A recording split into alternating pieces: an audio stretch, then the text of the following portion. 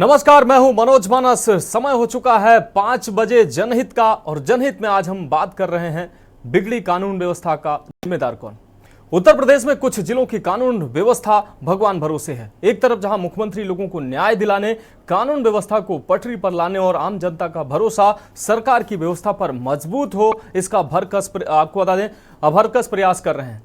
जिम्मेदार है कि मुख्यमंत्री के प्रयास को पलीता लगाते नजर आ रहे हैं। प्रदेश के कई जिलों से लगातार ऐसी घटनाएं सामने आ रही हैं जो प्रशासन की लापरवाही और गैर जिम्मेदाराना रवैये को दिखा रही हैं। पहले आपको एक रिपोर्ट दिखाते हैं, फिर इस पर चर्चा करते हैं। उत्तर प्रदेश में बिगड़ी कानून व्यवस्था सुधरने का नाम नहीं ले रही है। मुख्यमंत्री के सख्त निर्देश के बावजूद भी अधिकारी शासन की मंशा पर पलीता लगा रहे हैं। पहला मामला आपको रायबरेली से बता रहे हैं, जहां रायबरेली के लालगंज कोतवाली क्षेत्र के जेनेवा कटरा गांव में पुलिस पर एक गर्भवती महिला को घर में घुसकर पीटने का आरोप लगा है। वहीं पुलिस के डर से गर्भवती महिला के भाई ने जहरीला पदार्थ खा लिया। आपको बता दें कि पीड़िता के भाई पर नाबालिग बालिका को भगा ले जाने का आरोप है। इसी मामले में पीड़िता के घर पहुंची पुलिस कर्मियों ने पहले गर्भवती महिला से अभद्रता और मारपीट की। आरोप है कि पुलिस के डर से पीड़िता के भाई ने जहरीला पदार्थ खाकर आत्महत्या करने का प्रयास किया। इस दौरान युवक को अस्पताल में भर्ती कराया गया है, जहां युवक की हालत नाजुक है। वहीं पुलिस की इस कार्यशैली से ग्रामीणों में आक्रोश व्याप्त है। लालगंज सीएससी से 108 एम्बुलेंस के द्वारा एक अनुज यादव कर लड़कियों को रेफर किया गया है, जिसकी उम्र करीब 22 साल है। एग्जामिन करने में ही पता चला है सस्पेक्टेड पॉइजनिंग का केस है। अब उसके अटेंडेंट द्वारा ये पता चल रहा है कि कोई बात का मैटर था जिसके उस बच्चे ने जहर खा लिया। किस लिए खाया है तो जांच का विषय है। बाकी उसको फर्स्ट एड कर दिया गया, उसको काफ़ी नाजुक सीरियस एडमिट कर दिया गया, ट्रीटमेंट चालू है उसका। तो पुलिस वाले आए थे और हम बैठे थे, हमको खूब गंदी गंदी गाली दिया और हमारा बाथरूम छूट गया। हमसे बोले कि हम तुम्हारे पेट में लात मारेंगे तो जो बच्चा कलून है अभी तुम्हारा हो जाएगा। तुम्हारा पिता भी हमको हाथ पकड़ के मारा, मेरी मम्मी को भी गला दबा के पटक दिया चारपाई में। सिपाहियों ने? हाँ। महिला पुलिस थी? नहीं, महिला नहीं थी, 2 लोग आए थे मोटरसाइकिल से। अच्छा। तो दोनों लोगों को मारा? हाँ, दोनों, हम मम्मी को और हमको मारा। हमारा मोबाइल छुड़ा लिया, हमको कुछ बोलने नहीं दिया और हमारा बाथरूम भी छूट गया वहीं पे। अच्छा, ये बताओ उसके बाद फिर क्या हुआ? उसके बाद गाली दे रहे थे, फिर खड़े होके हमको खूब गंदी गंदी। फिर तुम्हारा भाई को नंबर मांग रहे थे, भाई का नंबर हम दे रहे थे तो कह रहे वो हमारे पास है नंबर। अच्छा, फिर वहीं दूसरा मामला कासगंज से है, जहां तहसील सहावर क्षेत्र के गुदरागंज गांव का रहने वाला दिव्यांग खुद को जिंदा करने की प्रशासन से गुहार लगा रहा है। आपको बता दें कि दिव्यांग दिनेश को जिला प्रशासन की लापरवाही के चलते 19 जून 2024 को कागजों में मृत घोषित कर दिया गया। मृत घोषित करने के बाद से उसे मिलने वाली दिव्यांग पेंशन व अन्य सुविधाओं से दिव्यांग दिनेश वंचित हो गया है। समस्या ये है साहब कि मुझे मृतक घोषित कर दिया गया है 19/6/2024 को। जब इसे मुझे जानकारी पड़ी, मैंने ये दिखवाई कि मेरी विकलांग पेंशन नहीं आ गई है, तो मैं इधर उधर ऑफिस के चक्कर काट रहा हूँ, मगर अभी तक मेरी कोई सुनवाई नहीं है। कितने दिनों से चक्कर काट रहे हो? करीब 6 महीने मुझे हो गए चक्कर लगाते। कागजों में आपको मृत घोषित कर दिया है? कागजों में मुझे मृतक घोषित कर दिया। किस किस के पास जा चुके हो? मैं जी जिला अधिकारी के पास भी गया हूँ, उप जिला अधिकारी के पास भी गया हूँ और BDO साहब से भी मिला हूँ, सचिव साहब से भी। गाजियाबाद से भी एक सिर घुमा देने वाला मामला सामने आया है, जहां युवक को जिंदा जलाने का मामला सामने आया है। जानकारी के मुताबिक ग्रेटर नोएडा में एक कार में भीषण आग लग गई, जिसके चलते एक युवक की जलकर मौत हो गई। कार सड़क से करीब 100 मीटर अंदर मिली, जिससे हत्या की संभावना जताई जा रही है। मृतक के परिजनों ने उसके दोस्तों पर हत्या का आरोप लगाया है, तो वहीं मामले में पुलिस ने 2 लोगों को हिरासत में लिया है। अवगत कराना है कि बीती रात थाना दादरी क्षेत्र के नगला नैन चौक के पास में एक फॉर्च्यूनर कार जली हुई अवस्था में मिली थी।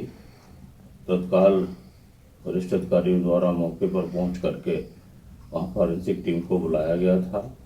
कार के अंदर एक व्यक्ति की जली हुई अवस्था में बॉडी मिली थी, जिसकी पहचान संजय यादव निवासी नेहरू नगर गाजियाबाद के रूप में हुई थी। परिजनों से पूछताछ से पता चला था कि अपने 2 मित्रों के साथ निकला था और इनका अपने मित्रों से कुछ ज्वेलरी के लेन देन का विवाद था। इनके दोनों मित्रों को हिरासत में ले लिया गया है। गाजियाबाद के रियल एस्टेट के कारोबारी संजय यादव, जिनकी लाश उन्हीं की गाड़ी में जलती हुई मिली है। बताया जा रहा है कि गाजियाबाद से जो है वो कहकर गए थे गोविंदपुरम, लेकिन उनकी लाश दादरी में सड़क के किनारे जलती हुई पाई गई है। उसमें आशंका भी लगाई जा रही है कि उन्होंने आत्महत्या तो नहीं करी है, लेकिन इसमें पूरी छानबीन की जा रही है, जिसमें 2 अपराधी गिरफ्त में हैं। पुलिस पूरी छानबीन में लगी हुई है। देखना है कि आगे कहां तक जो है इसमें कार्रवाई होती है और सफलता प्राप्त होती है पुलिस को।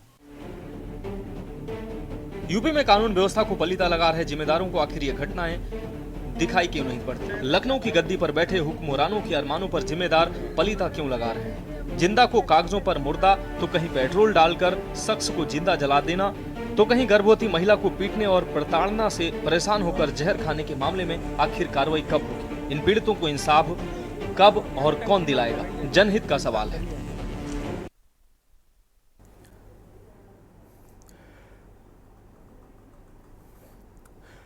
तो लगातार ऐसी घटनाएं कानून व्यवस्था और प्रशासनिक व्यवस्था पर सवाल खड़े कर रही हैं कि आखिर ऐसी घटनाएं लगातार क्यों घट रही हैं और इनका जिम्मेदार कौन है और जिम्मेदार आखिर कार्रवाई क्यों नहीं करते हैं, पीड़ितों को न्याय क्यों नहीं मिलता है।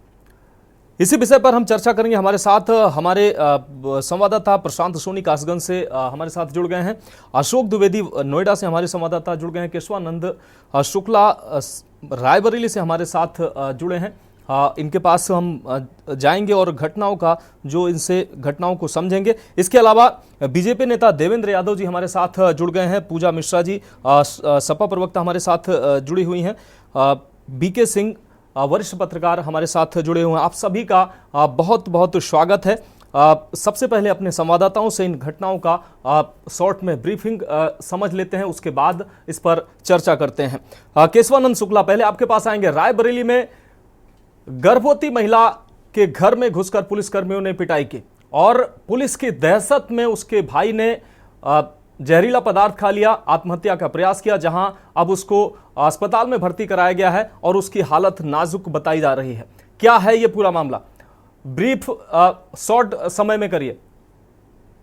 बिल्कुल, देखिए पूरा मामला रायबरेली के लालगंज का है, जहां पे बताया जा रहा है कि जो 2 पुलिसकर्मी जो है बाइक से आते हैं और एक घर में जाते हैं, जहां पे आरोप ये लगाया गया है कि जो गर्भवती महिला है उसने आरोप लगाते हुए बताया कि पुलिसकर्मियों के द्वारा उसकी जम करके पिटाई की जाती है। वही जो महिला है वो गर्भवती है, उसके बावजूद जो है पुलिसकर्मी बाइक से आते हैं और उसके घर में घुस करके जम करके मारपीट करते हैं। वहीं ये भी बताया जा रहा है कि गर्भवती महिला के जो भाई है उसके ऊपर 15 वर्षीय नाबालिग बच्ची को जो है भगा ले जाने का आरोप लगा है, जिसको लेकर के पुलिस छानबीन कर रही थी, जिस दौरान पुलिस उसके घर गई थी और पीड़िता ने मारपीट करने का पुलिस के ऊपर आरोप लगाया। वहीं ग्रामीणों में देखा जा रहा है कि लगातार काफी आक्रोश मिला है, क्योंकि जो गर्भवती महिला का भाई है उसने पुलिस से अशुद्ध होकर के जो है जहर खा लिया, जिसके बाद देखा जा रहा है कि उसने लालगंज में इलाज कराने गया था। वहीं सीएससी में जो है डॉक्टरों ने इसकी हालत नाजुक देखते हुए रायबरेली के जिला अस्पताल रेफर कर दिया है, जहां पे पीड़ित का इलाज जारी है। वहीं उसकी हालत अभी भी नाजुक बताई जा रही है।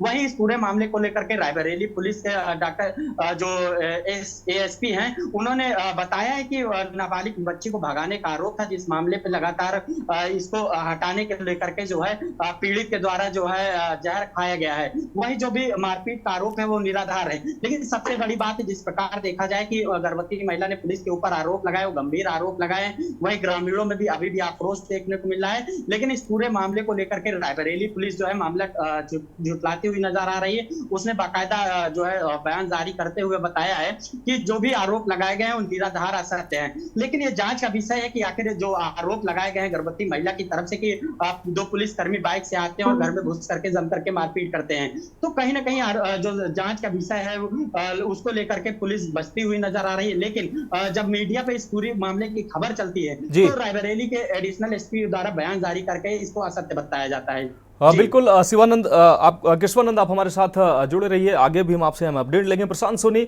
आप कासगंज से मामला सामने आया जहां पर एक दिव्यांग व्यक्ति जो है वो उसको मृत घोषित कर दिया गया है कागजों में। लगातार वो पुलिस प्रशासन के चक्कर लगा रहा है, प्रशासनिक अधिकारियों के चक्कर लगाने के बावजूद भी उसको न्याय नहीं मिल रहा है और वो जो उसको शासन के द्वारा सरकार के द्वारा जो कुछ सहूलियतें मिलती हैं, जो कुछ योजनाओं का लाभ मिलता है, वो लाभ नहीं मिल पा रहा है और लगातार वो अधिकारियों के चक्कर काट रहा है। इस मामले पर आपकी ब्रीफिंग।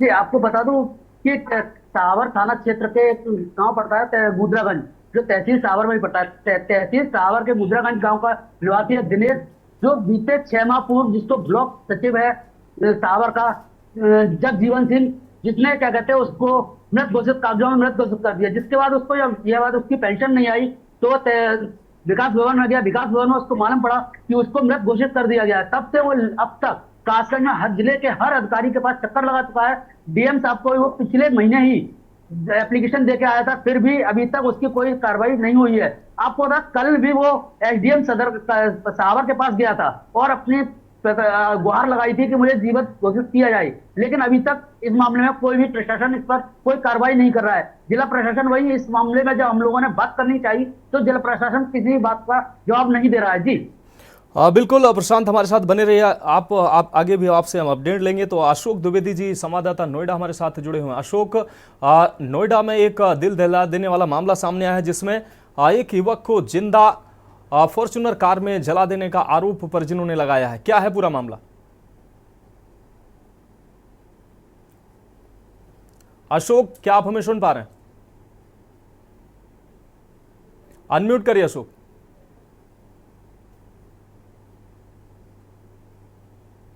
आवाज आ रही है ना? जी हाँ, ये बिल्कुल ये मामला दादरी थाना क्षेत्र का है, जहाँ पे नगला नैन गांव के पास में एक फॉर्च्यूनर कार जलती हुई 11 बजे दिखाई देती है पुलिस को। जहाँ ग्रामीणों द्वारा सूचना दिया जाता है, पुलिस मौके पर पहुंचती है और उसमें पता लगता है एक व्यक्ति जो है वो अंदर जल के खत्म हो चुका है, जो जिसकी मृत्यु हो चुकी थी। पुलिस ने आनंद फानंद में डेड बॉडी को निकाल के पोस्टमार्टम को भिजवाया, पंचनामा भरा। उसके बाद में जब उसकी पहचान हुई तो पता लगा संजय यादव है, ये जो प्रॉपर्टी का काम करते थे और एक गाजियाबाद नेहरू नगर के रहने वाले थे। जिसको लेकर के परिजनों को जब सूचना दी गई पुलिस द्वारा, परिजन आए तो बताया गया कि संजय यादव रात 11 बजे से पहले अपने 2 दोस्तों के साथ निकला था, विकास और जीत चौधरी के साथ, जो कि साइट पे जाने के लिए निकला था, लेकिन इनमें ज्वेलरी का लेन देन था। जिसको लेकर के एक फॉर्च्यूनर कार में संजय यादव और विकास, संजय यादव को विकास और जीत चौधरी द्वारा जिंदा कार में जला के मौके से भाग गए। फिलहाल पुलिस ने उनको अरेस्ट कर लिया, हिरासत में ले लिया है, उनसे पूछताछ कर रही है और घटना की कार्रवाई आगे पुलिस दोबारा जब जांच पूरी हो जाएगी उसके बाद खुलासा। निश्चित रूप से अशोक, आप हमारे साथ बने रहिए, आगे भी हम आपसे अहम अपडेट लेंगे। देवेंद्र यादव जी, बीजेपी नेता, हमारे साथ जुड़े हुए हैं। देवेंद्र यादव जी, 3 घटनाओं का हमने आपके सामने जिक्र किया और तीनों जिलों के संवाददाताओं को आपने सुना। इन घटनाओं का लगातार कमोबेश हर जिले से इस तरीके की घटनाएं सामने आती हैं, लेकिन हर घटना पर बैठकर चर्चा करना संभव नहीं। लेकिन उनमें से कुछ ऐसी घटनाएं होती हैं जिनको लेकर हम जिम्मेदारों तक हम आवाज पहुंचाना चाहते हैं। ये घटनाएं जो लगातार हो रही हैं, इसका जिम्मेदार कौन है? लगातार मुख्यमंत्री की जो मंशा है, मुख्यमंत्री कोशिश कर रहे हैं कि लोगों को सुलभ न्याय मिले, लोगों का जो भरोसा है वो सरकार के प्रति बने, लेकिन धरातल पर क्या दिखाई दे रहा है? देवेंद्र यादव जी। देखिए मनोज जी, मैं आपको बताना चाहूंगा, जिस तरीके की सरकार की नीति है, इसमें कोई कहीं पे कोई कोताही नहीं है। सरकार की स्पष्ट नीति है, अगर कोई भी कानून व्यवस्था को भंग करने की कोशिश करता है तो उसको किसी भी कीमत पर बख्शा नहीं जाएगा। जो आपका बरेली का जो मामला है, जिसमें पुलिस ने भी अपनी जो प्रेस कॉन्फ्रेंस जारी करके उसमें कहा उन्होंने कि उसकी जांच की जा रही है, और इस तरीके कोई पुलिस जाती है तो आप भी समझते हैं कि मतलब किसी के ऐसे जो उनका आरोप है, ऐसा पहली बात बहुत मुश्किल है। वो भी एक गवर्नमेंट एम्प्लॉय हैं और वो भी अपनी जिम्मेदारी को समझते हैं, लेकिन ये एक जांच का विषय है, इसको शासन अपने स्तर पर देखेगा। दूसरा मामला आपका जो है ये गाजियाबाद का जो है, इसमें गाजियाबाद में जो परिवार के लोगों ने जो शिकायत दी है, देखिए अकस्मात की एक घटना है, ये किस तरीके से कैसे प्लान से किया है या क्या किया है, इसमें पुलिस ने 2 लोगों को अरेस्ट किया है और ये जांच इसकी जारी है। किसी भी तरीके से कानून तोड़ने वाले को, चाहे कोई भी हो, उसके हाथ कितने लंबे हों, कानून से लंबे उसके हाथ नहीं हो सकते और उसको बख्शा नहीं जाएगा। जो योगी जी की नीति है, इसमें किसी को कोई छोड़ने की नीति नहीं है। तीसरा मामला जो आपका है अपना, इसका ये जो उसके जिंदा होने के प्रमाण की है, ये कहीं पर टेक्निकल कोई त्रुटि हो सकती है, ये भी शासन इसमें जांच करेगा और इसको भी ठीक करेंगे। ऐसा कोई भी वाक्य नहीं छोड़ा जाएगा कि किसी पीड़ित को न्याय ना मिले। ये सरकार की फर्स्ट प्रायोरिटी है। इसमें कोई भी कहीं पे अगर कमी रही है, देवेंद्र यादव जी किसी चरणबद्ध तरीके से अगर बात करें तो किसी भी घटना का एक समय सीमा होती है। अगर वो दिव्यांग व्यक्ति 3 महीने से 6 महीने पहले उसको मृत घोषित किया गया था और कागजों में उसको मृत वो घोषित हो गया था, 6 महीने से चक्कर लगा रहा है, कोई समय सीमा है जब उसको न्याय मिलेगा? देखिए, आपके जो पत्रकार महोदय हैं, अगर उन्होंने वहां पे अधिकारी से बाइट ली होती तो उन्हें ये पता चल जाता वहां पे कि क्या कारण है। और ऐसा आप और हम भी समझते हैं जी, ऐसा नहीं हो सकता है कि उस पर शासन ध्यान ना दे। उस पर जरूर कार्रवाई होगी और त्वरित कार्रवाई होगी इस पर। देवेंद्र यादव जी, रायबरेली की जो घटना है वहां पर पुलिसकर्मी महिला के घर में घुस जाते हैं बिना महिला पुलिसकर्मियों के और महिला के साथ मारपीट करते हैं। महिला का बयान भी आपने सुना है, जो रो रो कर वो अपनी दास्ता बयां कर रही है। उसके साथ उसकी मां के साथ पुलिसकर्मियों ने अभद्रता की, पहले गाली गलौज की, उसके बाद दोनों के साथ मारपीट की। क्या पुलिसकर्मी खुद न्यायालय बन गए हैं, खुद न्याय अपने हाथों से ही करेंगे? देखिए, जो उनके भाई पे जो आरोप है, आप उस आरोप की गंभीरता को देखें थोड़ा सा। निश्चित रूप से भाई पे आरोप निश्चित रूप से भाई पे आरोप है, गंभीर आरोप है, लेकिन देखिए कई बार आपने रोड पे भी आपने देखा होगा, कहीं पे ट्रैफिक पुलिस वाले हैं, चालान काटते हैं, तो उनके साथ भी इस तरह की घटना घट जाती है। अकस्मात की कोई घटना किसी की होती है, आरोप प्रत्यारोप है, ये इसकी बाकायदा जांच होगी और जांच में अगर कोई दोषी पाया जाएगा तो उसको किसी भी कीमत पे बख्शा नहीं जाएगा। ये योगी जी की नीति है। चलिए देवेंद्र यादव जी, आपके पास आते हैं। पूजा मिश्रा जी, हमारी बहन पूजा मिश्रा जी प्रवक्ता सपा से हमारे साथ जुड़ी हुई हैं। पूजा जी, इन घटनाओं को आपने सुना, रायबरेली की जो घटना है, आप स्वयं एक महिला हैं, आप अंदाजा लगा सकती हैं, एक महिला के घर में पुलिसकर्मी घुस जाते हैं, उसके साथ अभद्रता करते हैं, मारपीट करते हैं, महिला सिपाही भी साथ में नहीं होती हैं। किस तरीके की ये व्यवस्था है? मानस जी, आपको नमस्कार और साथी प्रवक्ताओं को भी मेरा नमस्कार। मैं भी भाजपा के प्रवक्ता को सुन रही थी, उन्होंने बोला कि जो है जो क्राइम चार्जेस लगे हुए हैं उसके भाई के ऊपर में, एक्यूज जो उसका भाई है उसका गंभीरता को देखिए। तो इसका आशय यह तो नहीं निकल के आता है ना कि अगर परिवार के किसी सदस्य पर गंभीर आरोप लगे हुए हैं तो आप जो है परिवार के दूसरे सदस्य को प्रताड़ित करेंगे, और खासकर तब अगर वो महिला हो। आपको ये अधिकार तो बिल्कुल नहीं मिलता है। मुझे लगता है एडवोकेट बैठे हुए वो बताएंगे इस बात को कि ये अधिकार पुलिस को नहीं मिलता है। और एक बड़ा वहम पाल दिया हुआ है भाजपा ने, जब से भाजपा की सरकार बनी हुई है तब से ये वहम जो है फैला रहे हैं कि जो सरकार का काम होता है, जो लॉ एंड ऑर्डर का काम होता है, वो काम होता है एक्शन लेने का। एक्शन लेने का काम कब? After crime.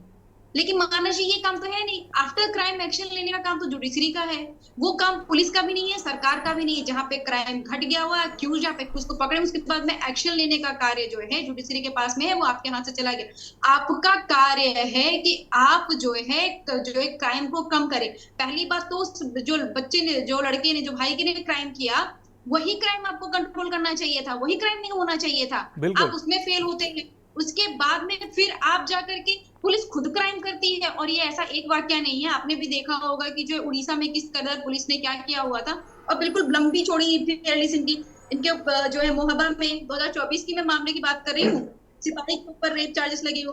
कानपुर में आपका पुलिस जो है ऑफिसर धूत होकर के महिला के घर में घुस जाता है और वहां पे छेड़छाड़ करता है।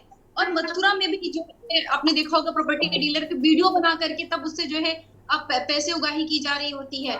यहाँ पे दिक्कत है कि पुलिस जिसको दिया गया हुआ है जिम्मेदारी कि आप जो है सुरक्षा करिए, वही जो है संलिप्त पाए जाते हैं। इनके यहाँ पे पुलिस में कौन सा करप्शन नहीं बचा हुआ है? अभी उत्तर प्रदेश में आप उठा करके देखेंगे तो सारे करप्शन पुलिस में आ गया हुआ है। और एनसीआरबी का आंकड़ा भी यही कह रहा होता है। एनसीआरबी का आंकड़ा कहता है 2022 में आया हुआ, आपको पता होगा, उसके बाद नहीं आया हुआ है।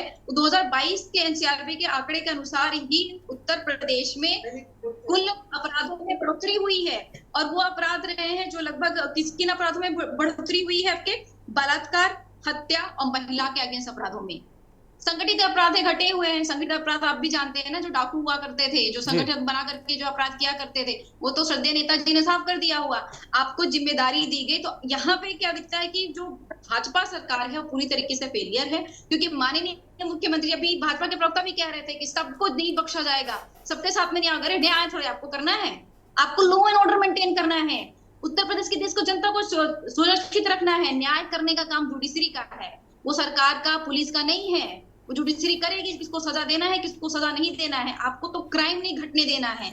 आप क्राइम होता है, इंतजार करते हैं कि कहाँ पे उत्तर प्रदेश में हर जगह पे क्राइम घट जाएगा, फिर आप बताएंगे नहीं हम जा रहे हैं क्राइम कंट्रोल करने के लिए। जैसे आपने बहराइच में भी किया, आपने बहराइच में भी दंगा को भड़क नहीं दिया कि आग लगे जल जाए, तब आप कहते हैं एक्शन का रिएक्शन हो रहा था। वही तो रोकना है भाई आपको, एक्शन का रिएक्शन ही तो रोकना है आपको। पहली बात तो एक्शन रोकना है, फिर उसका रिएक्शन रोकना है। सब कुछ में फेल हो जाते हैं, फिर आप गाल बजा रहे होते हैं। तो माने चीज चिंताजनक इसलिए कि जो देश के, जो उत्तर प्रदेश के मुख्यमंत्री जी है ना, वो इस तरीके की चीजों को बढ़ावा देते हैं। उनका मानना होता है कि आपराधिक घटनाएं घटे, उसके बाद में जो है हम एक्शन लेने के लिए जाएंगे। ये विडंबना है और इसी का परिणाम निकल के आता है कि चलिए पूजा जी, आपकी बात आगे ये हो सकता है। पूजा जी, आप कह सकती हैं, आप विपक्ष की नेता हैं, आप कह सकती हैं, लेकिन मेरा मानना है कि मुख्यमंत्री की मंशा स्पष्ट है। मुख्यमंत्री हर जिले में जहां भी जाते हैं वो कानून व्यवस्था को लेकर जरूर समीक्षा बैठक करते हैं।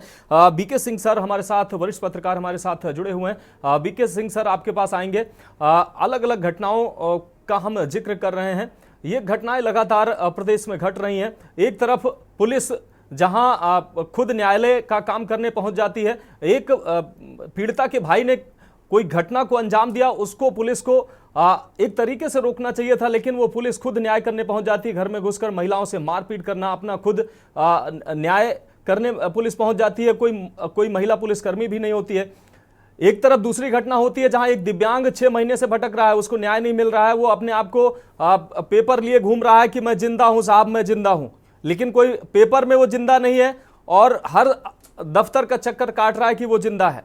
तो इस तरीके की लगातार घटनाएं प्रदेश में घट रही हैं। मुख्यमंत्री की जो मंशा है उस पर साफ तौर पर ये लोग पलीता लगाते नजर आ रहे हैं। अफसर किसको दोषी मानते हैं, या जैसा कि पूजा जी ने आरोप लगाया कि शासन की कहीं ना कहीं हिला हवाली है, या प्रशासनिक जो अफसरशाही है वो इस पर वो बेलगाम है? सबसे पहले मैं के न्यूज के सभी दर्शकों को नमस्कार करूंगा और साथ ही जो पैनलिस्ट बैठे हैं उनको भी नमस्कार करूंगा। और इसके बाद मैं कहना चाहूंगा, जो बीजेपी के प्रवक्ता साहब बोल रहे थे, मैं उनको सुन रहा था जी। हमें सरकार की नीयत पर प्रश्न चिन्ह नहीं लगाना है। आपकी नीयत चाहे जो भी सही, लेकिन यथार्थ के धरातल पर आप क्या है, ये सवाल है। दूसरा, पुलिस जो है, पुलिस हो या कोई भी इंस्टीट्यूशन हो, कोई भी इंस्टीट्यूशन हमारे देश में जस्टिस राइट नहीं रखता है। जस्टिस राइट केवल न्यायालय के पास है, जुडिशरी के पास है। तो पुलिस को कोई इस तरह का राइट नहीं है कि वो ऑन स्पॉट जस्टिस करे या किसी भी एक्यूज्ड के फैमिली मेंबर्स के साथ क्रूएलिटी करे। ये एक तरह की क्रूएलिटी है, वो भी क्रूएलिटी अगेंस्ट वीमेन। आप किसी भी महिला महिला के घर में जा रहे हैं या किसी भी फैमिली में जा रहे हैं, तो जाहिर सी बात है, भले ही उसका भाई एक्यूज्ड है, आप उस महिला को टॉर्चर नहीं कर सकते हैं या उसके फैमिली मेंबर्स को टॉर्चर नहीं कर सकते हैं। ज्यादा से ज्यादा आपके पास क्या है कि भाई आपका भाई कहाँ है, बता दो, वो एक्यूज्ड है या हम ढूंढेंगे, हम उसको अरेस्ट करेंगे। अगर वो आप नहीं अरेस्ट कर पा रहे हैं तो आपके पास टूल्स है, आप टूल्स इस्तेमाल कीजिए। उसका मोबाइल सर्विलेंस पे लीजिए, उसके फ्रेंड सर्किल को सर्विलेंस पे लीजिए, और जो भी टूल्स आप यूज कर सकते हैं। भाई कोई भी जस्टिस करेंगे, प्रोसीजर इस्टेब्लिश्ड बाय लॉ करेंगे, ना कि ऑन स्पॉट आप करेंगे कि आप उसके फैमिली मेंबर्स को टॉर्चर करने लगे, उसके भाई को टॉर्चर करें, बहन को टॉर्चर करें, बुजुर्ग पेरेंट्स हैं उसको टॉर्चर करें। तो ये तो खुद अपने आप में एक क्रूएलिटी है, और ये अगर क्रूएलिटी हुई है तो वास्तव में बड़ा शर्मनाक क्रूएलिटी है। और जहां तक इनका सवाल है प्रवक्ता साहब का बीजेपी के, कि उसकी जांच होगी, तो मैं उनसे ये कहना चाहूंगा कि भाई साहब जांच कौन करेगा? जांच भी एक पुलिस क्रूएलिटी कर रही है, उसी की कोई सुपीरियर अथॉरिटी जांच करेगी जो उनको बरी भी कर सकती है। इन्वेस्टिगेशन में उनको जो है पाक साफ, नीट एंड क्लीन भी, चूंकि अपने दामन पर भी तो दाग धोने हैं ना, तो ये चीज होनी ही नहीं चाहिए। पहली बात तो ये है कि बिना महिला पुलिस के ये पुलिस वहां पर गई ही क्यों? हेलो, बिल्कुल बीके सिंह जी। भाई बिना महिला पुलिस के पुलिस नहीं जानी चाहिए थी। सेकंड थिंग, जो भी है प्रोसीजर इस्टेब्लिश्ड बाय लॉ होना चाहिए। ये प्रोसीजर इस्टेब्लिश्ड बाय लॉ नहीं है। मुझे लगता है कि जब शक्ति हमारे जो कॉन्स्टिट्यूशन में कभी किसी को फुली एम्पावर्ड किया ही नहीं। हमारे कॉन्स्टिट्यूशन में ना तो मुख्यमंत्री एम्पावर्ड है, फुली एम्पावर्ड है, ना गवर्नर फुली एम्पावर्ड है, ना ही प्रेसिडेंट ऑफ इंडिया ही फुली एम्पावर्ड नहीं है। अगर उनको कोई डिसीजन लेना होता है तो उन्हें भी काउंसिल ऑफ मिनिस्टर्स की एडवाइस लेनी पड़ती है, that is headed by prime minister of India. तो ये बहुत सारी चीजें हैं। एक व्यक्ति को पावर क्यों नहीं दिया गया? इसीलिए तो नहीं दिया गया है ताकि कोई एरोगेंट ना हो। निश्चित रूप से बीके सिंह सर, अगर मैंने कोई अगर अपराध किया है, मैं अगर दोषी हूं तो मेरे पूरे परिवार पर तालिबानी सजा पूरी परिवार को नहीं मिलनी चाहिए।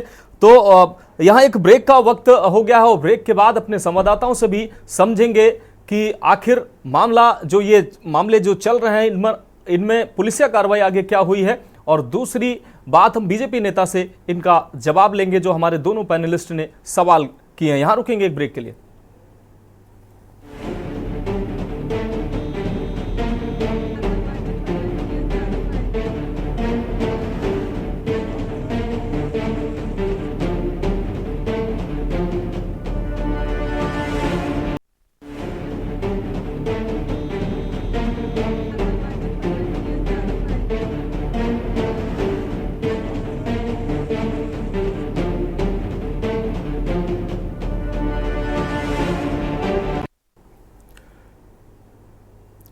तो ब्रेक के बाद एक बार फिर से हमारे खास प्रोग्राम में आपका स्वागत है। बिगड़ी कानून व्यवस्था का आखिर जिम्मेदार कौन? हम लगातार इस पर चर्चा कर रहे हैं। हमारे साथ एक खास पैनल हमारे साथ जुड़ा हुआ है, चलते हैं उनके पास और चर्चा करते हैं। उससे पहले केशवानंद आपके पास आएंगे।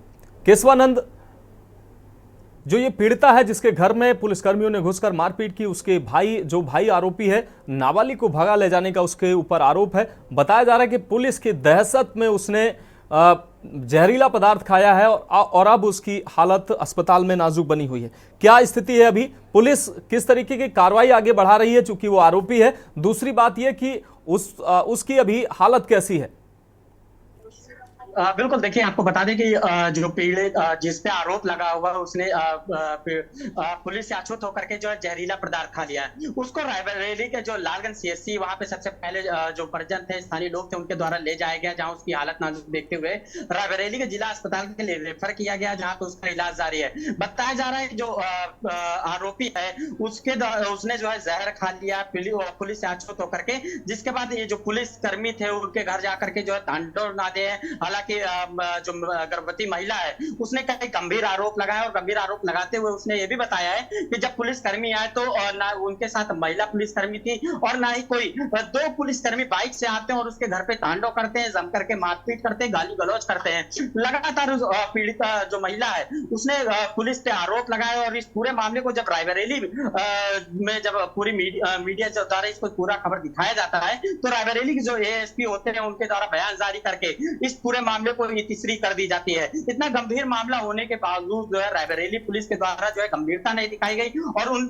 जो पुलिसकर्मी पे जिन पे आरोप लगा है उनसे अभी तक ना ही कोई जांच कमेटी बैठाई गई और ना ही जो आरोप लगे उसके जांच के आदेश दिए गए। केवल इस पूरे मामले को एक बयान जारी कर दी जाती है एएसपी के द्वारा और इस पूरे मामले को लेकर के इतिश्री की जाती है। वही अगर आरोपी जिस पे आरोप लगा हुआ 15 वर्षीय नाबालिग को भगाने का उसकी हालत की अगर बात करें तो उसका इलाज अभी भी जारी है, गंभीर हालत बताई जा रही है और रायबरेली के जिला अस्पताल में अभी भी उसका इलाज चल रहा है। निश्चित रूप से केशवानंद आप हमारे साथ जुड़े रहिए। सवाल यही है देवेंद्र जी कि उस युवक ने जिस घटना को अंजाम दिया उसका अपराध कम नहीं हो जाता है, लेकिन गैर जिम्मेदाराना रवैया जो पुलिस ने अपनाया है उस पर बड़ा सवाल बनता है कि किस तरीके से आखिर उसने नाबालिग को भगा ले जाने का आरोप उस पर लगा था, उस पर कार्रवाई होनी चाहिए थी, उसको गिरफ्तार किया जाना चाहिए था, लेकिन जो प्रताड़ना परिवार को दी गई उसके बाद उस युवक ने जहरीला पदार्थ खाया, यह निश्चित रूप से यह गैर जिम्मेदाराना रवैया। सवाल इसी पर है देवेंद्र जी, इस तरीके का रवैया पुलिस को अपनाना चाहिए क्या? लगातार पुलिस की जो छवि है वो खराब होती जा रही है और तमाम प्रयास भी किए जाते हैं कि पुलिस की जो छवि है वो जनता में अच्छी बनी रहे। देखिए मनोज मसान जी, इसमें क्या है, मानस जी, मानस जी जी, जो इसमें एक आरोप है, कोई सिद्ध नहीं हो जाता है। दूसरे आरोपी जो है इसमें एक पुरुष है, पुरुष के घर पे पुलिस अगर गई है, उसके इंक्वायरी के लिए गई, ना कि किसी को अरेस्ट करके लेके आई। आप इसमें इतना ही आप समझ लेंगे, अगर पुलिस जाती, पुलिस ने इस तरह कार्रवाई की है तो पुलिस वहां से अरेस्टिंग भी दिखाती है कि पुलिस ने अरेस्ट किया है। तो पुलिस इंक्वायरी के लिए किसी के घर पे कहीं भी जा सकती है, अगर किसी पे आरोप लगाए तो ये आरोप है, और जब तक साबित नहीं हो जाता तब तक हम उसको दोषी नहीं मान सकते। तो आरोप तो किसी का भी तरह का लग सकते हैं। बिकरू कांड को आप देखेंगे या कहीं पे देखेंगे, पुलिस की वहां पे हत्या होती है तो विपक्ष को तो तब भी कहता है पुलिस ने अपना पुलिस को मारा है, तो ये तो आरोप है, इसमें कोई वो थोड़ी है इसका। आप इसके तथ्यों में आप जाइए, एक आरोपी कोई महिला पे अगर आरोप होता, उसको अरेस्टिंग के लिए अगर पुलिस जाती तो महिला पुलिस को साथ में लेके जाती। पुलिस एक वहां पे अगर गई है तो इंक्वायरी के लिए गई है, और इंक्वायरी पुलिस किसको अरेस्ट करके नहीं लाई है, तो ये उनकी अपनी मानसिकता को दर्शाता है कि बहन पुलिस के ऊपर आरोप लगा रही है, और जिसपे आरोप लगे हैं वो स्वयं ही मतलब जहर पी के हॉस्पिटल के अंदर एडमिट है। तो इसमें पुलिस का कहां पे दोष साबित हो जाता है इसमें? चलिए देवेंद्र जी, नोएडा की घटना का हम जिक्र कर लेते हैं। मुख्यमंत्री ने साफ तौर पर कहा, पूजा जी आपके पास आएंगे, मुख्यमंत्री ने साफ तौर पर कहा कि अपराधी या तो प्रदेश छोड़ देंगे और छोड़ चुके हैं, या तो उन पर कार्रवाई होगी। अपराधी डरे हुए हैं। कई बार मुख्यमंत्री ने कहा कि अपराधियों को संबोधित करते हुए उन्होंने कहा कि हमने शिमला बना दिया, लेकिन नोएडा में एक व्यक्ति को जिंदा जला देने का मामला सामने आया है। कहां डर है अपराधियों में? प्रदेश छोड़कर कहां अपराधी गए हैं? देखिए मनोज मानस जी, आप इस घटना को देखिए, कितने घंटे पहले घटना घटी है, और जैसे इसमें तुरंत इसमें जांच की गई है और 2 लोगों की अरेस्टिंग हुई है। इससे फास्ट कार्रवाई क्या होगी? और जांच का विषय जब तक उसमें क्लियर नहीं हो जाता है, देखिए घटना है, आग लगी है और जंगल से गाड़ी बरामद हुई है, तो इसमें जो भी कोई दोषी होगा उसको पुलिस किसी कीमत पर भी उसको छोड़ने वाली नहीं है। चाहे वो कितना ही बड़ा अपराधी है, चाहे उसके पीछे कितनी बड़ी ताकत है, उसको किसी भी कीमत पे नहीं छोड़ा जाएगा।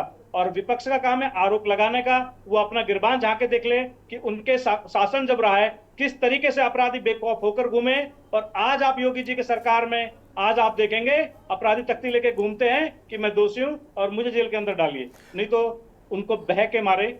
आप जानते हैं क्या उनको। देवेंद्र जी, अब विपक्ष अगर आवाज नहीं उठाएगा, मीडिया आवाज नहीं उठाएगा, तो फिर आखिर आवाज कौन उठाएगा? और ये मुद्दा पूजा जी लेकर नहीं बैठी हैं, मुद्दा ये के न्यूज लेकर आया है। आरोप, इन आरोपों को लेकर के न्यूज डिबेट पर बैठा है। देवेंद्र जी, देखिए मनोज मान जी, हमारे मुख्यमंत्री जी के ऊपर टीका टिप्पणी की है, इसमें ये एक शासन का काम है, शासन इसको कर रहा है, तो इसमें मुख्यमंत्री जी कहां से दोषी हो गए?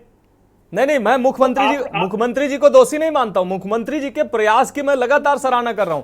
मुख्यमंत्री जी की मंशा पर भी सवाल नहीं उठाए जा सकते हैं, लेकिन उनकी मंशा पर लगातार कुठाराघात किया जा रहा है। सवाल इस पर है। पूजा जी आपके पास आएंगे। पूजा जी, क्या पुलिस को क्लीन चिट दे देनी चाहिए? वो घर पे घुसे, मारपीट की, अभी ये सिर्फ आरोप है, और नोएडा जैसी घटना जिस तरीके से होती है उस पर देवेंद्र जी के अनुसार क्या क्लीन चिट दे देना चाहिए?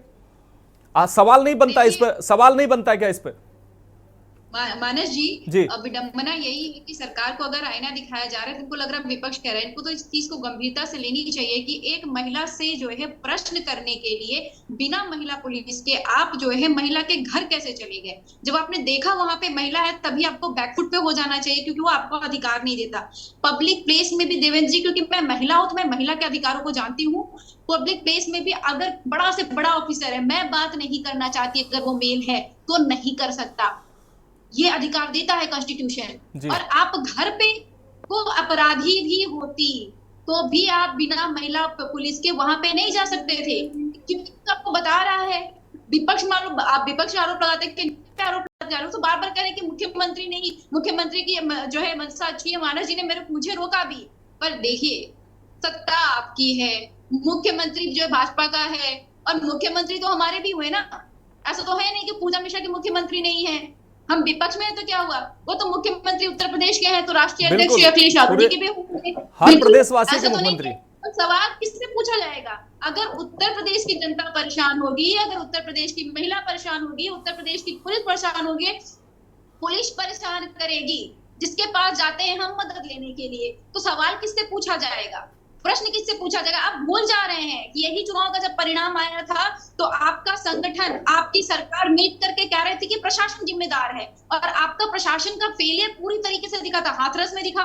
जब डॉक्टर्स नहीं अवेलेबल रहे, एम्बुलेंस नहीं अवेलेबल रहे और पता ही नहीं चला कैसे भीड़ चलेगी। आपका जो फेलियर प्रशासन का दिख रहा है बहराइच में, और लगातार जो इस तरीके के मामले बढ़े हुए हैं। मुझे लगता है डीके सिंह जी ने बहुत क्लियर बोला कि आपके हाथ में जुडिशरी नहीं है। ये आपको पता होना चाहिए कि ना तो आपके हाथ में, ना हमारे हाथ में, ना पुलिस के हाथ में जुडिशरी है। ये न्याय होगा, प्रश्न तो उठेंगे, उसका जवाब सरकार को ही देना पड़ेगा, क्योंकि पुलिस तो दे ही नहीं रही है। पुलिस जाकर के पुलिस आपकी है, सरकार आपकी, प्रशासन आपकी, सवाल आप ही से उठेंगे। अगर पुलिस अब कानून व्यवस्था अच्छा किए रहेगी तो भी तो सरकार की प्रशंसा की जाती है। निश्चित रूप से शासन में जो भी होगा, पूजा जी, निश्चित रूप से शासन में जो भी होगा सवाल उसी से पूछा जाएगा। पूजा जी आपके पास आएंगे। प्रशांत सोनी हमारे साथ जुड़े हुए हैं। प्रशांत जी, अभी देवेंद्र यादव जी कह रहे थे कि हमारे संवाददाता अधिकारियों से बात करने पहुंचे नहीं पहुंचे। प्रशांत, जो वो दिव्यांग है, पीड़ित दिव्यांग, पिछले कई महीनों से लगातार चक्कर काट रहा है अधिकारियों के, क्या उसको अधिकारियों ने अभी तक किसी अधिकारी को उसकी पीड़ा समझ में नहीं आई? इतनी बड़ी से बड़ी जांचें हो जाती हैं, उसको अपने आप को मैं जिंदा हूं ये सिद्ध करने के लिए 6 महीने से वो चक्कर अधिकारियों के काट रहा है। क्या अब तक किसी जिम्मेदार से आपकी बात हुई है, और अगर हुई है तो क्या दिक्कत क्या आ रही है? जी आपको बता दूं मानस जी कि जो देवेंद्र जी अभी कह रहे थे कि अधिकारियों से बाइट नहीं ली, अधिकारियों के पास बाइट लेने पहुंचे थे, लेकिन कोई भी अधिकारी बाइट देने को इस संबंध में तैयार नहीं है। सिर्फ ऑफ कैमरा कह रहा है कि इसमें जांच चल रही है, हम बात करके देखेंगे, उसको बुलाते हैं, लेकिन वो जिलाधिकारी से लेके और ब्लॉक के सचिव तक पहुंच चुका है, लेकिन अभी तक कोई भी जिम्मेदार अधिकारी इस पर बयान देने को तैयार नहीं है।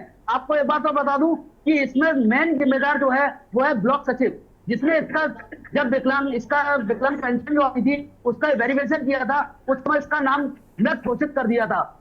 वो अपने आधार कार्ड लेके सब कुछ पहुंचा है। अब तक वो चक्कर 6 महीने से सिर्फ चक्कर ही काट रहा है, और इसको अधिकारी इधर से उधर टहला रहे हैं। अभी तक कोई भी अधिकारी पूर्ण रूप से जवाब नहीं दे रहा है। जी निश्चित रूप से प्रशांत। देवेंद्र जी, एक और सवाल। देवेंद्र जी, इस तरह की घटनाएं जो होती हैं, आप जैसे लोगों को इसका जवाब देने आना पड़ता है। मैं गलती आपकी नहीं दूंगा, लेकिन सरकार आपकी है तो सवाल निश्चित रूप से, और आप पदाधिकारी हैं, पार्टी से जुड़े हुए हैं, तो आपकी पार्टी की सरकार है तो सवाल आपसे निश्चित रूप से बनेगा कि आखिर कई महीनों से ये जो दिव्यांग अधिकारियों के चक्कर काट रहा है, उसकी कोई सुनने वाला नहीं है, उसकी कोई पीड़ा जानने वाला नहीं है, उसको जो योजनाओं का लाभ नहीं मिल पा रहा है, उसका परिवार किस कंडीशन में है। तो ये हीला हवाली, इस पर आवाज नहीं उठाना चाहिए था, और इस तरीके की आवाज अगर नहीं उठेंगी, हम सवाल नहीं करेंगे, पूजा जी अगर सवाल नहीं करेंगी, तो फिर इन घटनाओं की जानकारी आप तक कैसे पहुंचेगी, शासन तक कैसे पहुंचेगी, और ऐसे गैर जिम्मेदार जो लापरवाह अधिकारी हैं उन पर कार्रवाई कैसे होगी? देवेंद्र जी देखिए, जैसे अभी उन्होंने बताया कि कोई घटना है, ये उसमें जांच है, उसमें उन्होंने अपना डॉक्यूमेंट्स एविडेंस अपना दिया है, तो इसमें जो संबंधित अधिकारी है वो जांच के उपरांत ही जो इसमें दोषी है उसको कहीं पे भी नहीं बख्शा जाएगा, और पीड़ित को तुरंत इसमें न्याय मिलेगा। थोड़ा किसी एक संज्ञान में आने के बाद थोड़ा जांच में समय लगता है, तो थोड़ा जो समय लग रहा है वो जांच का विषय, और जांच के बाद उसको किसी कीमत पे नहीं बख्शा जाएगा। उसकी गलती हुई है तो उसको उसकी खामियाजा भुगतना पड़ेगा। चलिए देवेंद्र जी, कई महीनों से वो बेचारा चक्कर काट रहा है, अब आपके संज्ञान में आया है, क्या हम माने कि अब वो जो पीड़ित है उसको न्याय मिल जाएगा? क्या आप जिम्मेदारों तक आवाज उसकी आवाज पहुंचाएंगे और उसको न्याय दिलाएंगे? क्या आप कासगंज का ये मामला है? जी, इसमें बिल्कुल मैं अपने माध्यम से इसमें प्रयास कराऊंगा, और जल्द से जल्द इसको हम लोग निपटाने का प्रयास करेंगे, इसको निपटाएंगे मामले। निश्चित रूप से देवेंद्र जी, देखिए, मनसा सरकार की नियत पे सवाल नहीं है, हमारा और विपक्ष का भी काम है एक एक नागरिक को सुरक्षा देना, उनके अधिकारों की रक्षा करना, यह शासन का काम होता है।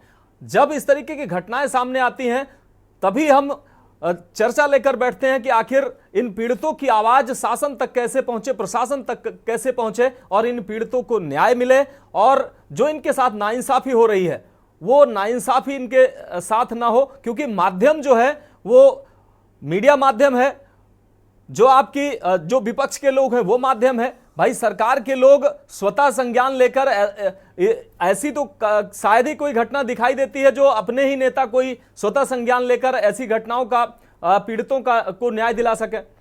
बीके सिंह सर हमारे साथ जुड़े हुए हैं, वरिष्ठ पत्रकार।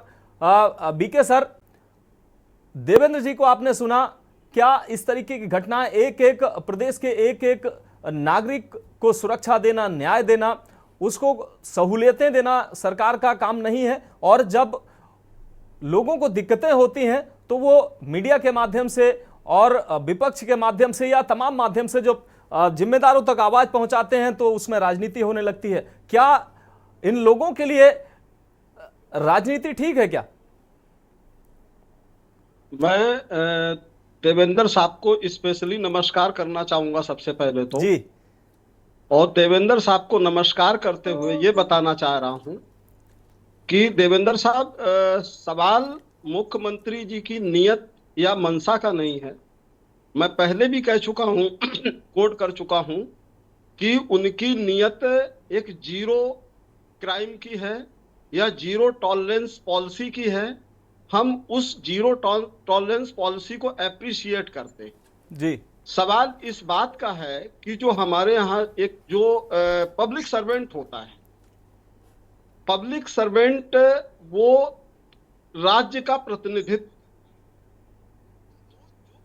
सर्वेंट अगर राज्य का प्रतिनिधित्व करने में फेल्योर होता है या आर्बिट्रेरी इन्वेजन करता है, जैसे कि रायबरेली में महिला के साथ हुआ, मैं महिला के बयान को कोट कर रहा हूं, सिर्फ उसके आधार पर मैं मानता हूं कि हो सकता है, इट माइट बी कि महिला भी बढ़ा चढ़ा करके बोल रही है। बिल्कुल आरोप ही मेरा है, सवाल है, हाँ आरोप है, लेकिन सवाल इस बात का है कि अगर वो पूछताछ करने गए थे तो मैं सिर्फ इतना कहना चाहूंगा कि इवन आरोपी से भी अगर पुलिस जबरदस्ती कोई बयान लेना चाहे, जबरदस्ती फोर्सफुली, तो article 22 of constitution of India उसको ये राइट देता है कि भाई जबरदस्ती अगर आपसे पूछताछ की जा रही है, आप किसी सवाल का जवाब नहीं देना चाहते तो ना दे। तो यहाँ तो आरोपी नहीं, आरोपी की बहन के साथ जो है जो बर्बरता की गई, क्रूअलिटी की गई, वो बात है। सेकेंड थिंग इज दिस कि पब्लिक जो पब्लिक सर्वेंट होता है वो व्यक्ति नहीं होता है, वो इस राज्य का प्रतिनिधित्व करता है। बिल्कुल। और पब्लिक सर्वेंट का अगर छोटा से छोटा कर्मचारी अगर किसी भी विभाग का हो, अगर वो गलती कर रहा है तो समवेयर उसका हेड ऑफ द डिपार्टमेंट उसका जिम्मेदार है, और इस पूरे स्टेट का हेड अगर चीफ मिनिस्टर है तो जाहिर सी बात है रूलिंग पार्टी से ही क्वेश्चन बनेगा, प्रश्न होगा। तो सवाल ये है कि भाई प्रश्न जो भी पूछ रहा है वो तो सत्ता से ही पूछेगा ना, क्योंकि सत्ता में आप बैठे हैं। तो मेरा मतलब है कि अगर ऐसा कुछ हुआ है, मैं ये मानता हूं कि घटनाएं हैं, 24 घंटे घटनाओं को नहीं रोका जा सकता है। घटना कहीं भी लूट की हो सकती है, मर्डर की हो सकती है। उसके बाद घटना होने के बाद जो कार्यशैली है वो कम से कम at least procedure established by law होनी चाहिए, उसमें आर्बिट्रेरी इन्वेजन नहीं होना चाहिए कहीं पर भी किसी भी तरीके का। इससे जो है क्या है, कॉन्स्टिट्यूशन, आपने कहीं घटना घटित हुई और पुलिस ने उसको गोली ही मार दी आरोपी को, अब गोली मार दी तो इसका मतलब उसके साथ तो वहीं पर आपने फैसला ऑन द स्पॉट कर दिया, फिर कोर्ट का क्या अस्तित्व रह गया और कॉन्स्टिट्यूशन का क्या मतलब रह गया। तो ना तो ऑन स्पॉट में गोली मारने की पैरवी करता हूं और ना ही किसी इस तरह की आर्बिट्रेरी इन्वेजन करते हुए किसी से पूछताछ की बात करता हूं। मैं कहता हूं कि अगर कुछ भी हुआ है तो एटलीस्ट वो प्रोसीजर इस्टेब्लिश्ड बाय लॉ होना चाहिए, अनकॉन्स्टिट्यूशनल एक्ट नहीं होना चाहिए, क्योंकि अपराधी तो जो कर रहा है वो तो कर ही रहा है, उसको तो ना कॉन्स्टिट्यूशन से मतलब है ना आपके लॉ से मतलब है। लेकिन जो इंस्टीट्यूशंस हैं जो जस्टिस दिलाने में मदद करते हैं वो एटलीस्ट इस देश के कानून को भी जानते हैं, संविधान को जानते हैं, तो कम से कम वो उस चीज का, उस प्रोसीजर को पूरी तरह से फॉलो करें, ये मेरा मतलब है। निश्चित रूप से वीके सर आप हमारे साथ जुड़े रहिए। अशोक द्विवेदी हमारे साथ जुड़े हुए हैं, संवाददाता नोएडा। अशोक, ये जो घटना नोएडा में घटित हुई, युवक को कार में जिंदा जलाने का मामला सामने आया है, इसमें कहां तक कार्रवाई आगे बढ़ी है और घटना का जो दोषी है उसको गिरफ्तार किया गया है ये, या जिन लोगों को गिरफ्तार किया गया है वो कौन लोग हैं, कहां तक ये जांच पहुंची अब तक?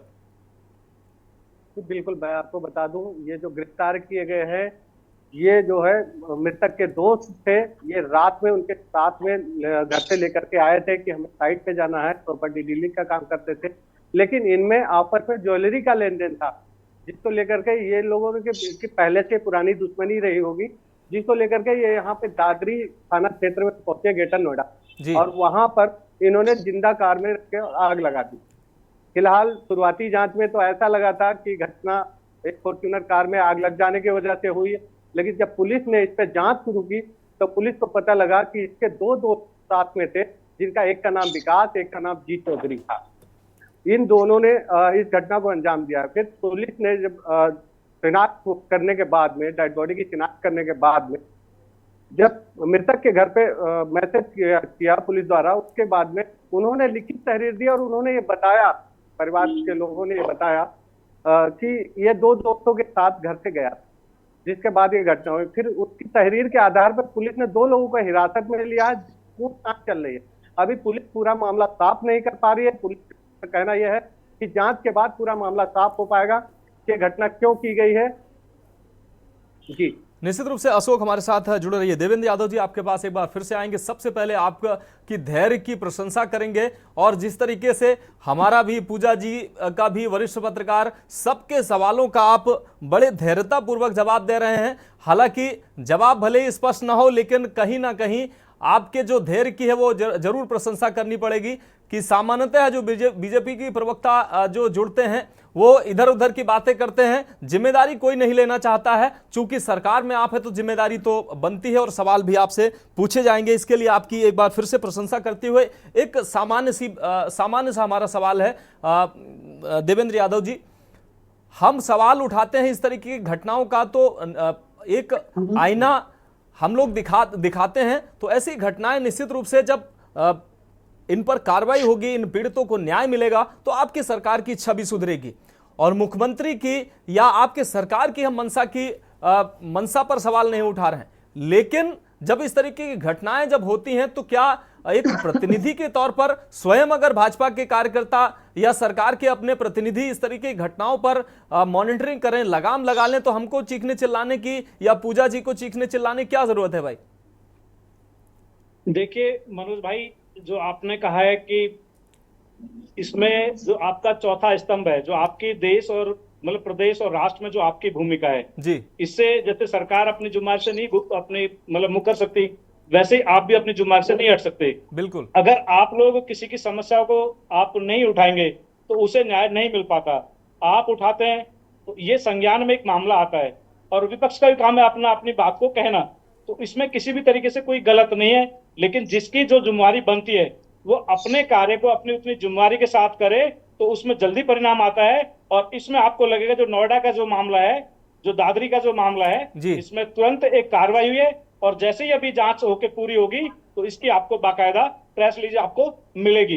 तो कोई अपनी जिम्मेदारी से इसमें नहीं बचता और आप और विपक्ष अपना काम जो करने का है उसे करेंगे तो सरकार भी की मंशा भी पूरी तरीके से सबका साथ, सबका विकास और सबका विश्वास के साथ काम करने की है। लेकिन जब सरकार और आपके जो प्रशासनिक अधिकारी हैं देवेंद्र जी वो ठीक से काम करेंगे तो हमारा और पूजा जी का भी काम हल्का हो जाएगा। जी, उनकी जो अपनी जिम्मेदारी जो तय है उससे वो बच नहीं सकते। अगर कोई भी दोषी होता है, किसी तरीके का दोषी पाया जाता है तो उसके साथ भी उसी तरीके का जो कानून के अनुसार है उसके खिलाफ दंडात्मक कार्रवाई उसके खिलाफ भी की जाएगी। चलिए पूजा जी से जवाब ले लेते हैं। पूजा जी, आखिरी कमेंट है ये आपका, क्या लगातार आप भी डिबेट में आती हैं, लगातार हर दिन कोई ना कोई ऐसे इस तरीके के मुद्दे को लेकर हम लोग चर्चा में बैठते हैं, क्या सरकार को इन सवालों के जवाब नहीं देना चाहिए कि इस तरीके की घटनाएं जो हो रही हैं उनमें जिम्मेदारी तय हो, नजीर बन सके? मुख्यमंत्री जैसा दावा करते हैं कि हमारे सरकार में इस तरीके का अपराध बर्दाश्त नहीं किया जाएगा, लेकिन अपराधी जो है वो कहीं ना कहीं उनके अंदर कोई डर तो दिखाई नहीं दे रहा है ना, और पुलिसकर्मी जो जिम्मेदार हैं उनके अंदर भी डर नहीं दिखाई दे रहा है, नहीं तो ये कासगंज और रायबरेली जैसी घटनाएं ना होती। देखिए मानस जी, मैंने शुरुआत में ही बोला कि जैसे आपने कहा ना कि नजीर बने, तो यहाँ पे नजीर बनने का आपको जो है वीके सिंह जी ने भी कहा कि आप जाकर के गोली मार दीजिए। अगर किसी ने किसी का मर्डर किया हुआ है तो ये अधिकार पुलिस को नहीं मिलता है कि आप जाकर के वहां पे जो है न्याय करें। और अभी बार बार देवेंद्र जी कह रहे हैं कि इस पे कार्रवाई होगी और जल्द ही फैसला आएगा। तो देखिए देवेंद्र जी, वो फैसला जुडिशरी से आएगा। आपकी सरकार की जिम्मेदारी ये है, पुलिस प्रशासन की जिम्मेदारी ये है कि ये घटनाक्रम में गिरावट आए, ये बिल्कुल कहना कि जो है क्राइम जीरो हो जाएगा, आप जीरो टॉलरेंस रखते हैं, उसके बावजूद भी क्राइम में उत्तर प्रदेश नंबर 1 पर है, तब फिर ये आपकी जिम्मेदारी बनती है। आपकी जिम्मेदारी ये नहीं बनती है, क्राइम हो गया हुआ है, अब तो चला गया हुआ है केस, जुडिशरी का एक्शन होगा, जुडिशरी का परिणाम आएगा, अदर एक्यूज कल्प्रिट होगा तो उसको उम्र कैद, फांसी, सजा। हमारा तो ये कहना होता है कि अगर कोई कल्प्रिट है उसको जुडिशरी फांसी की सजा दे दे, पुलिस जाकर के आपकी गोली ना मारे। लेकिन पुलिस की आपकी जिम्मेदारी है कि वहां पे जो उत्तर प्रदेश में घटनाएं बढ़ी हुई है वो घटनाओं को कम किया जाए। वहां पे माननीय मुख्यमंत्री सदन में खड़े होकर जो गलत नाम लेते हैं, राजनीति कर रहे होते हैं, छेड़खानी हो जाती है, उस पर चर्चा नहीं हो रही होती है, चर्चा का डायरेक्शन बहुत गलत है। और आपकी मैं चैनल पे बहुत तारीफ करूंगी कि मुझे लगता है कि आपका 5 बजे का शो हमेशा ऐसा ही रहता है कि जो सामाजिक मुद्दे हैं, जो उत्तर प्रदेश के मुद्दे हैं, जो कोरभूत मुद्दे हैं, आप उन्हें लेकर के बैठते हैं। मुझे लगता है कि भाजपा के प्रवक्ताओं को इसमें ज्यादा पार्टिसिपेट करना चाहिए और ये जिम्मेदारी निभानी चाहिए कि आप सत्ता में हैं और उनको बताएं कि उत्तर प्रदेश में धरातल से चल क्या रहा है। आपके जो है वो शायरी बनी हुई थी ना कि किताबों, आपके जो है किताबों में गाँव का रंग गुलाबी है, पर ये आंकड़े जो है देश आ गया, या कह लीजिए कि हकीकत नहीं है, या हकीकत से काफी दूर दूर है, तो यही सच्चाई है। बिल्कुल पूजा जी, बिल्कुल पूजा जी। बीके सर आप हमारे साथ जुड़े, पूजा जी आप हमारे साथ जुड़ी, देवेंद्र यादव जी आपने धैर्यता पूर्वक सभी सवालों के जवाब दिए, आप सभी का बहुत शुक्रिया। और हमारे तीनों संवाददाता आपका भी बहुत शुक्रिया, आपने पूरे 1 घंटा खड़े रहकर आपने घटनाओं का ब्रीफ किया और धरातल पर क्या चल रहा है उसकी जानकारी दी। फिलहाल हमारी खास पेशकश में अभी के लिए इतना ही, मुझे दीजिए इजाजत और आप देखते रहिए के न्यूज़ इंडिया।